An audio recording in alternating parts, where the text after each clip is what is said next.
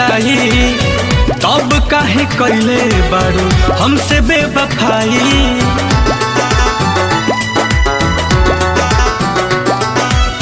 नाम तोहर लिखले रहूं काट के कलाई, तब काहे कैले बारू हमसे बेवफाई। तड़पता दिलवा बेचारा हो, याद संगे नमो मिटावे जात बहानी, काट के ब्लेड से दोबारा हो। याद संगे नमो मिटावे जात बहानी, काट के ब्लेड से दोबारा हो।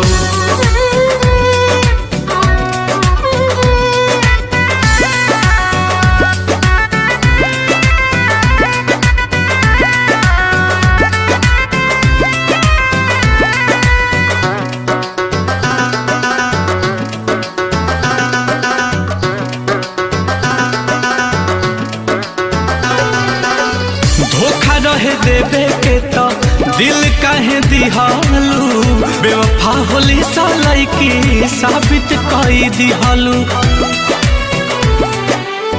धोखा रहे देवे के तो दिल काहे दिहालू, बेवफा होली सालाई की साबित कई दिहालू। प्यार के तू कैलू बटवारा हो, याद संगे नमो मिटावे जात बहानी, काट के ब्लेड से दोबारा हो। याद संगे नमो मिटावे जात बहानी, काट के ब्लेड से दोबारा हो।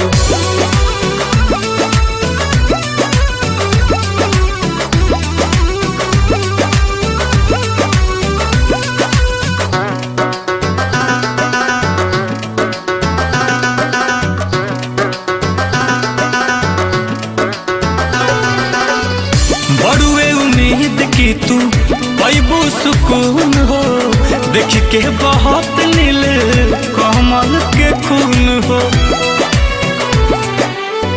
बड़ुए उम्मीद तहरा मिली सुकून हो, देख के बहुत नील कमल के खून हो। आंसू भी बना कौनो चारा हो, याद संगे नमो मिटावे जात बहानी, काट के ब्लेड से दोबारा हो। याद संगे नमो मिटावे जात बहानी, काट के ब्लेड से दोबारा हो।